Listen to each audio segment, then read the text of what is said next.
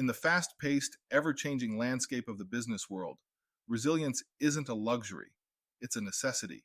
Just like in the intense and competitive realm of professional football, companies are continually challenged to adapt, innovate, and overcome setbacks. Jalen Hurts, the Philadelphia Eagles' young and dynamic quarterback, offers valuable insights into how business leaders can cultivate resilience within their organizations. Let's delve into the lessons we can draw from Hurts' career to foster resilience in the corporate arena. There was a big surprise to many. But my favorite verse, I went through a lot of stuff in college, and it kind of stuck with me. John 13:7. You may not know now, but later you'll understand. Hurts' collegiate years were a masterclass in resilience and adaptability. Jalen Hurts had an impressive record of 26 wins and 2 losses throughout his career at Alabama. However, despite his success, he found himself benched. Despite this setback, Hurts chose not to complain or refuse to work. Instead, he demonstrated exceptional support for his teammates. When his chance finally came in a playoff game for Oklahoma, coming off the bench, he delivered. How he handled that entire situation, I don't know if there's a coach in the country that doesn't look back at that and say, every kid, every college football player, every young football player out there, every 6-year-old that's getting ready to play the game ought to see that story, because we need more guys like him. I could not be more impressed with Jalen Hurts, how he handled that. In today's bustling business ecosystem, Jalen's story resonates profoundly. Just like Jalen knew who he was and understood his legacy, businesses must have a firm grasp on their identity and legacy. Overcoming challenges becomes surmountable when you've invested in personal and organizational growth, understanding the essence of who you are and the legacy you aim to create or uphold. I encourage you to learn more about this in my recent podcast. 26-2. Imagine for a moment in anything that you did. 28 times you go out and try to accomplish a task, and 26 times you're successful. What if you were 26-2 and still got benched? But not only got benched in a normal preseason game, got benched in the national championship. This is exactly what happened to Jalen Hurts. In 2018, Alabama found itself trailing 13-0 at halftime. And Nick Saban, arguably one of the best college football coaches of all time, made an unprecedented decision to replace Hurts, who was struggling, with a true freshman, Tua Tagovailoa, who had limited game experience but had shown much promise, as he shows today with the Miami Dolphins in practice. This story in of itself just, I think, has so many ripple effects of learning, growth opportunities, and just, this is what they say, that real life is the best story of all. Can you imagine being 26-2 on a national championship team? You're the quarterback. You're the captain of the team. You've done everything they've asked you to do, and you get benched. How would you react? What would you do?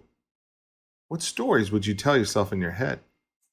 That one is pretty amazing to me. What Hurts did and how he responded. He didn't pout. He didn't make a point to let everyone know on social media. And today, where you look at somebody wrong there in the transfer portal, he didn't even transfer immediately. He stayed. And when asked about it, he has a saying. He says, you either win or you learn. I know immediately, in order to overcome that adversity, he had to be rooted in understanding who he is. He knows who he is. If I asked you, who are you? Would you know how to answer that? Now, I don't want to know your name. I don't want to know what you do. But truly, what's your legacy? I think you need to understand that answer, before you truly can start to overcome adversity. And I think this is very applicable in the Jalen Hurts story, but it's also very applicable to business today. I talked to a lot of businesses today, and the number one topic or a top trend topic they have is around this concept of resiliency, sustainability, and keeping up. Make no mistake about it, the number one resilient thing an organization can do is develop their people. You want to stay lasting, you want to stay future-proof, is start to invest and develop your people. It's the number one thing you could do to maintain a legacy and resiliency in your own organization. You take that to a personal level, and that's the number one thing you can do to stay relevant. Constantly invest in yourself to grow, to get better. What are you willing to do? Ask yourself the tough questions and start to focus in. And that's exactly what happened to Jalen Hurts. Think about that. He's young at the time, but yet he shows such maturity in how he responded. And to me, I think that he really understood his legacy, who he was. See, when I say the word legacy, I'm talking about this enduring impact that any of us could feel that leaves behind this understanding of our actions, our achievements, and our character.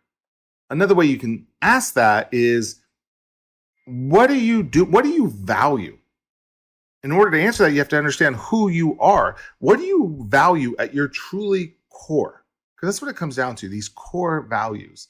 And I see such misalignment, not only with myself at times, but with others about their attitude, their action, or their behavior, and what they think their core values are. I used to do this exercise with the kids that I coach, and quite frankly, I do it with anyone that I would coach or be part of any part of team for me, is I would ask them, who are you? And what amazes me is some of the most talented, smartest, eclectic skill set of people fail to answer that question. I'm not even saying answer it correctly, just they're stumped for words. They don't know how to answer it. And I think that is what you need to answer first and foremost. Talked about building a personal brand and how your story is more valuable than you think. But in order to get that story right, I started thinking, I really need to have this conversation here about defining who you are, knowing what you truly value, and then being in alignment with your attitude, your actions, and your behavior accordingly. And this was never more exemplified, I believe, in the Jalen Hurts story about being 26-2 and being benched. It blows me away. And now, here's what's even better in his story.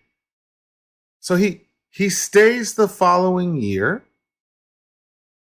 and when called upon, comes cold off the bench and delivers for his team.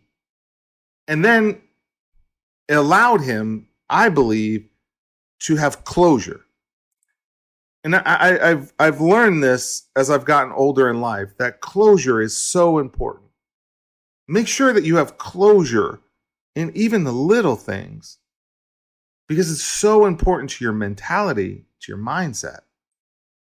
And I believe that's what happened. I believe that he was able to get closure because he was able to deliver a year later after being benched at 26-2, by the way. I know I keep repeating myself, but I'm just blown away by that. And deliver. And side note to the story, like I don't want to go down too far, but I mean, really? At the time, we didn't know that Tua and Jalen Hurts would be, top 10 QBs in the NFL? Tua was a freshman at the time, and Jalen Hurts was a sophomore. So 26-2, facing adversity, was able to handle it in the right manner, to learn and to grow from it, because he was rooted in his legacy of understanding who he is, knowing who he is, and having what he values aligned with his attitude, with his actions, and his behavior. I think that's a very powerful story that we all need to sink in and drink for a while and let that marinate with us in a number of different aspects. It's said that adversity brings out our true character.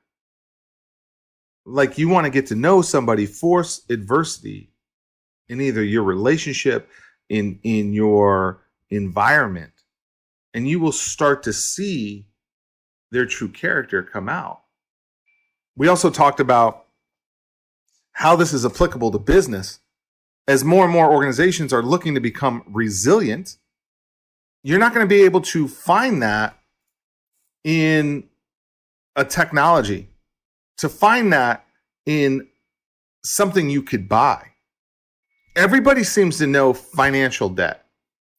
It's like a credit card or some type of debt. You take out a loan, and at some point you have to pay it back. Well, there's the same concept that happens with technical debt, right? At some point, you keep putting off upgrading servers, routers, hardware, but there's also developmental debt. And I think what happened post-COVID is that made every single business say, you're going to pay up. Well, you're going to pay up. And what's amazing to me is it seemed like overnight, people seem to lose skill sets, or there was exposure about the lack of adjacency skills or technical skills that individuals had. But organizations need to look in the mirror, because that developmental debt, their people becoming irrelevant, happened on their watch. And that is the number one thing to stay resilient, is to start investing and developing in your people. But don't make it out to be just something you check off the box. I think that has to be ingrained in the culture and a mindset that's deeply embedded and rooted. I've always said this, that companies don't value teaching or training, because the end result of that is learning. Let's face it, they don't. That's why most organizations outsource that. They outsource it. They literally are saying with their actions, hey, let's outsource this. But I'm talking about coaching. And I'm not talking about like coaching individual businesses. I'm talking about people in organizations coaching their people. Because coaching's about performance.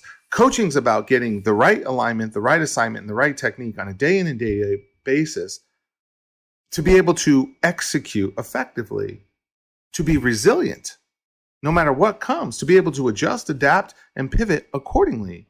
Resiliency that comes in the form of developing their people. You want to know if your organization is one of those organizations? I always just look at what they do with their development. Is it outsourced? Is it an event? Oh, we're going to have a training. Come on in, and we'll do it for like 2-3 hours. Or is it just ingrained on a daily basis, focused on, understood, embraced, measured, and then executed upon? Resiliency. I think the only way to truly become resilient as an organization is the number one factor: start developing your people. My name's Eric Stavola. This was just something that was on my mind about this concept of adversity. And how do you overcome that? By understanding who you are and what you truly value, and being in alignment with your attitude, your actions, and your behavior on a day in and day out basis. And we used Jalen Hurts as an example of how he has overcome this. I think it's a great story and very powerful to that young man. And then how does this relate to business? And so the concept of sustainability or resiliency keeps coming up, but it directly correlates with how much focus have they really developed with their people. Most organizations are forced to cash in their developmental debt post-COVID. And are they prepared? So until next time, I encourage you to understand who you are.